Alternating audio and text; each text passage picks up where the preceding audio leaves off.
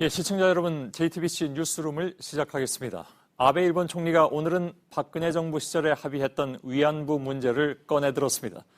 아베 정부의 한국 때리기 3일째입니다. 아베는 위안부와 강제징용은 이미 합의가 끝난 문제인데 한국이 약속을 지키지 않는다고 주장했습니다. 엊그제 내놓은 수출 규제는 보복 조치가 아니라고 강변하면서도 스스로 양국 간의 민감한 역사 문제를 거론하고 있는 것입니다. 교묘한 줄타기인 셈인데 국제법적인 문제는 피해가면서 일본 내 반한 감정을 이용하고 한국 내 갈등도 촉발시키겠다는 취지로 보입니다. 먼저 김혜미 기자의 보도를 보시겠습니다. 일본 정부의 한국에 대한 수출 규제 조치에 대해 일본 내에서도 비판이 제기됐습니다. これは歴史認識問題を通商政策と絡めるというのはですね、トランプさんみたいなやり方なんですが、あんまり良くない。 아베 총리는 둘을 엮은 것이 아니라고 주장했습니다. 徴用工問題というのは歴史問題ではなくて、国際法上の国と国との約束を守るのかということであります。 그러면서 위안부 합의 문제까지 거론했습니다. 국제 약속이 지켜지지 않았다고 주장하면서입니다. 엮은 게 아니라면서도 이번 무역 규제가 이와 관련한 후속 조치라는 점을 인정한 겁니다. 또 약속을 지키지 않는 나라에 우대 조치를 취하지 않은 것일 뿐 세계무역기구 협정 위반이 아니라는 주장을 이어갔습니다. 2일 요미우리 신문과의 인터뷰에서 국가 간 신뢰관계로 이루어져 온 조치를 수정한 것이며 WTO 규칙에 맞다고 말한 것과 같은 맥락입니다. 安全保障上のための貿易管理をそれぞれの国が果たしていかなければならないという実はこれ義務なんです。これは WTO に違反するという話では全くないと. 아베 총리는 줄곧 규칙에 어긋나지 않는 무역 관리라고 강조했지만 그 구체적인 근거를 밝히지 않았습니다. JTBC 김혜미입니다. 예, 도쿄의 윤서령 특파원을 연결하겠습니다. 아베 발언의 저희를 좀 더 들여다보죠. 자, 윤 특파원, 아베가 오늘 갑자기 위안부 합의를 거론했군요. 네, 지금까지는 대항 조치가 아니라면서 강제징용 재판 문제와 선을 그어왔던 아베 총리가 오늘은 지난 2015년 위안부 합의 문제까지 거론을 했습니다. 한국이 정부 간 약속인 위안부 합의도 깨지 않았냐면서 강제징용 재판과 싸잡아서 언급을 한 겁니다. 전날엔 대항 조치와의 연관성을 강하게 부인했었는데 하루 만에 보복 조치라는 점을 대놓고 드러낸 겁니다. 예, 자, 위안부 합의라는 것이 결국 일본의 입장에선 이런 용도였나 싶은 생각도 들 정도인데 그 전에도 이 문제를 거론한 적이 있죠.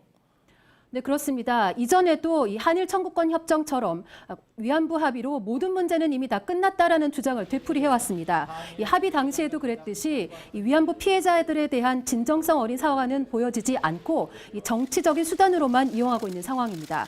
사실 아무런 국민적 동의 없이 전격적으로 합의를 발표했었던 박근혜 정부에 대한 책임이 더 크게 느껴지는 상황이기도 합니다. 예. 자, 아베가 강제징용 문제가 역사 문제가 아니다 이렇게 한 것도 늘 하던 주장과 맥락이 같긴 한데 이건 뭐 역시 궤변이라고밖에 표현할 길이 없을 것 같습니다. 네, 우선 아베 총리의 발언을 직접 들어보겠습니다. 예. その認識ははっきり申し上げて間違いです。歴史問題を通商問題にこれは絡めたのではありません。徴用工問題というのは歴史問題ではなくて国際法上の国と国との約束を守るのかということであります。 네, 특히 오늘 이 자리는 내일부터 시작되는 참의원 선거전을 앞두고 각 당 대표로부터 정견을 듣는 자리였습니다. 역사 문제를 역사로서 직시하지 않고 정치 도구화하고 있다는 점에서 문제가 더 큽니다. 예. 아베는 1965년 청구권 협정으로 청구권이 포기됐다 이런 말도 했습니다. 이거 역시 일방적인 주장이죠. 그렇습니다. 한일 청구권 협정 제2조 1항에는 청구권이 완전히 그리고 최종적으로 해결됐다라고 쓰여져 있습니다. 하지만 이 부분은 국가의 외교 보호권을 포기했다는 뜻이지 개인에 대한 청구권 자체가 소멸됐다는 의미는 아닙니다. 지난 대법원 판결은 강제동원 피해자들에 대한 위자료 성격으로 배상을 판결했던 겁니다. 대법원 판결 취지를 전혀 이해하지 않은 채 억지 주장을 펴고 있는 겁니다. 예, 알겠습니다. 도쿄에서 윤서령 특파원이 전해드렸습니다.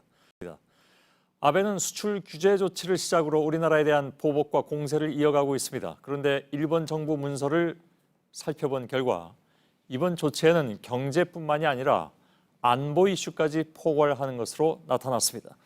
그러니까 반도체에만 국한해서 볼 것이 아니라 향후에 더 큰 문제로 이어질 수 있다는 것인데 어떤 대목 때문인지 먼저 구혜진 기자가 전해드리겠습니다. 일본 정부가 공개한 규제 사전 평가서입니다. 수출 화이트리스트에서 한국을 빼는 이번 조치에 효과와 영향 등을 검토한 문서입니다. 규제의 이유로 우리나라의 무역관리제도, 특히 캐치홀 규제가 불충분하다는 내용이 2번이나 언급됩니다. 캐치홀 규제는 대량 살상무기 등에 이용될 수 있는 물자의 수출을 통제하는 제도입니다. 한마디로 한국의 전략 물자 관리 능력을 믿을 수 없다는 겁니다. 한국의 무역이 제대로 관리되고 있는지 확인이 어렵다는 언급에서도 일본의 인식을 확인할 수 있습니다. 일종의 안보 감시국이라 그럴까 그렇게 지정한 것이 이 사건의 중요한 본질인데 안보 이슈에 의해서 이 조치를 한다라는 설정하는 동시에 남북 사이의 경협에 대한 일정한 견제. 단기적인 경제 보복에서 끝나지 않을 수 있는 근거가 되는 겁니다. 한국의 안보를 믿을 수 없다는 논리로는 모든 기술 설비와 부품의 수출을 통제할 수 있기 때문입니다. JTBC 구혜진입니다. 예, 그러니까 좀 더 꼼꼼히 들여다보면 이번 수출 규제 조치에는 사실은 훨씬 더 큰 의미가 숨어 있다. 그런 분석이라는 것이죠. 정치부 김소현 기자와 조금만 더 쉽게 좀 풀어봤으면 좋겠는데요. 한국의 무역관리 규제가 충분하지 않아서 화이트국 리스트에서 삭제한다. 어떤 의미입니까? 네, 우리나라의 대외무역법을 보면요. 딱히 전략 물자가 아니더라도 최종 사용자가 무기로 전용할 수 있는 물품이라면 이를 수출할 때 허가를 받게 돼 있습니다. 예. 그런데 이 통제를 우리가 잘 못해서 이번에 화이트국에서 빼겠다는 겁니다. 예. 쉽게 말해서 일본에서 수출된 물자나 기술, 부품 등이 한국을 거쳐서 일본의 안보를 위협할 수 있는 국가로 갈 수 있기 때문에 수출을 통제하겠다는 겁니다. 예. 뭐 그런 사례가 있었다라든가 뭐 그런 모르겠는데 그냥 자기들 머릿속에서 생각한 거잖아요. 이거는 정확하게 얘기하자면 그렇죠. 근데 갑자기 규제가 불충분하다. 그러니까 쉽게 말하면 한국의 통제 능력을 믿지 못하겠다. 이렇게 나오는 이유는 뭘까요? 지금 일본에서 딱히 근거를 대지는 못합니다. 예. 그런데 일각에서는 최근에 남북미 상황을 의식한 것이 아니냐 이런 해석을 내놓고 있습니다. 예. 예를 들어서 향후에 개성공단에서 사업을 하려는 기업이 일본의 기술이나 자본재를 가지고 수입해서 가져가려 할 때 이를 통제할 수 있는 근거가 될 수 있다는 겁니다. 예. 더 넓게 보면요. 우리나라로 가는 특정 물품은 자의적인 판단에 따라서 풀거나 막거나 할 수 있습니다. 예. 민간 기업의 생산 능력뿐 아니라 우리 방위 산업에도 영향을 미칠 수 있다는 예. 겁니다. 그리고 향후에 남북 간의 어떤 유통 문제에 있어서도 자신들의 통제하에 둘 수 있다. 이런 생각을 가지고 있는 것 같습니다. 예, 그런 해석이 나오고 있습니다. 매우 심각한 그런 상황이죠. 사실 따져보면 그동안에 우리에게 이제 크게 다가온 것은 반도체에 쓰이는 3가지 소재 수입이 어려워진다. 뭐 이런 정도였는데 지금 얘기하는 건 전혀 다른 차원의 문제가 됐습니다. 네, 그래서 저희가 일본에 있는 전문가의 의견을 들어봤는데요. 같이 예. 들어보시죠. 예. 화이트 국가에서 제외시킨다는 말은 뭐냐면 한국은 더 이상 안전보장에 있어서 이렇게 근본적으로 이해를 같이 하는 국가가 아니란 얘기예요. 일본의 안전보장 정책에 있어서 한국을 다시 정해한 거예요. 예. 네, 보시면 기존의 27개 화이트국은 일본과 안전보장에서 이해관계를 같이 한다는 건데 더 이상 한국은 그렇지가 않다는 겁니다. 예. 지도를 보시면 동아시아에서 화이트국은 한국 하나였는데 이번에 우리를 삭제하겠다는 겁니다. 예. 우리나라에서는 반도체 소재에 초점을 맞추면서 이거를 경제 보복이라고 하고 있는데 사실은 일본은 훨씬 더 큰 틀의 국가 전략 차원에서 한국의 위치를 바꾸겠다는 겁니다. 예. 결국 이것은 이제 뭐 역사 문제하고도 맞닿아 있고 경제에도 직접적인 영향을 주는 그런 상황인데 굉장히 좀 더 세밀하게 들여다봐야 되겠다라는 생각을 오늘부로 또 하게 됩니다. 네. 예. 김소현 기자였습니다.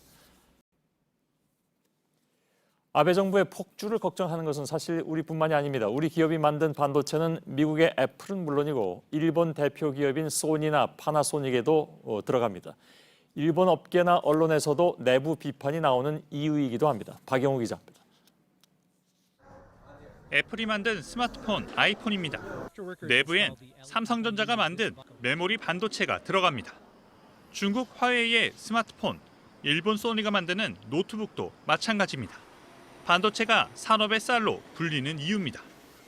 우리나라는 세계 디램 반도체의 70% 이상을 만들어냅니다. 낸드 플래시 메모리도 40%를 우리 업체들이 공급합니다.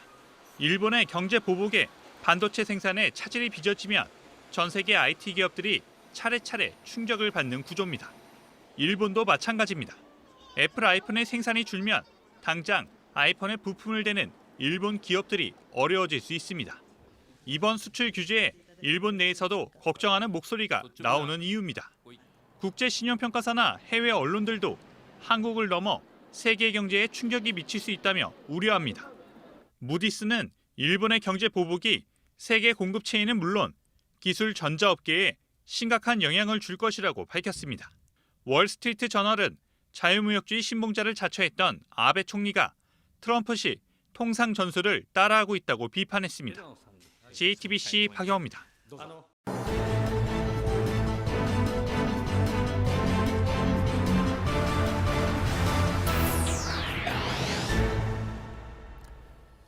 예, 뉴스룸의 앵커 브리핑을 시작하겠습니다. 그는 무엇이든 허투루 대답하는 법이 없었습니다.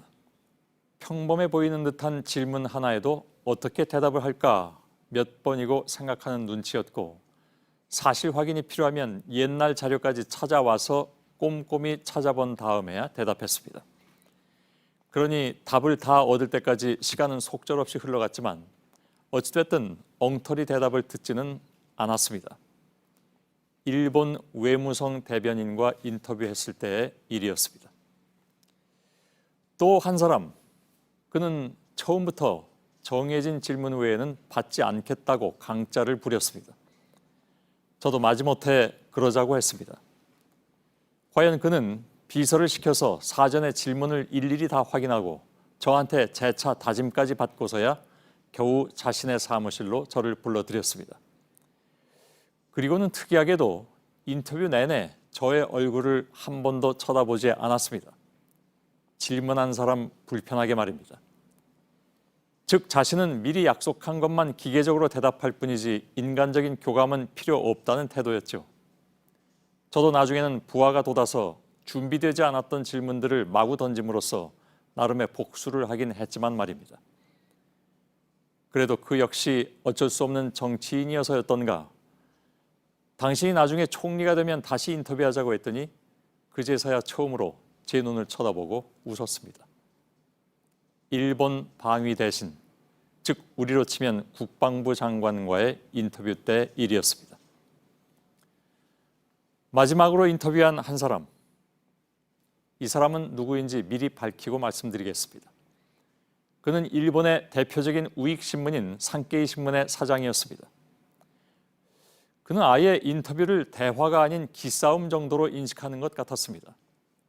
산케이 신문의 모든 부장들, 그러니까 정치부장, 경제부장, 사회부장 등 67명이나 배석을 시켰습니다. 특이한 것은 부장들은 제가 사장과 인터뷰하는 동안에 한마디도 하지 않고 인상만 쓰고 있었다는 것이었습니다. 어디 우리 사장한테 기분 나쁜 질문이라도 한번 해봐라 하는 분위기, 일종의 기죽이기였겠죠. 물론 그렇다고 기가 죽을 인터뷰어는 아니었지만 말입니다. 게다가 사장은 저에 대한 파일을 책 몇 권 겹쳐놓은 두께로 쌓아놓고 당신에 대해서는 이미 다 알고 있다 이런 표정을 짓고 있더군요. 이 모두가 11년 전인 2008년 2월에 일본 도쿄 출장에서 있었던 일입니다. 당시의 일화를 왜 이렇게 길게 말씀드렸는지 이미 아셨을 것 같습니다.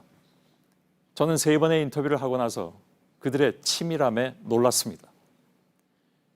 그리고 요즘 벌어지고 있는 일본의 경제 보복이라는 것을 보면서 그 3사람과의 인터뷰를 떠올렸습니다. 그렇습니다. 그들은 치밀하고 집요합니다. 그렇다면 우리는 오늘의 앵커 브리핑이었습니다.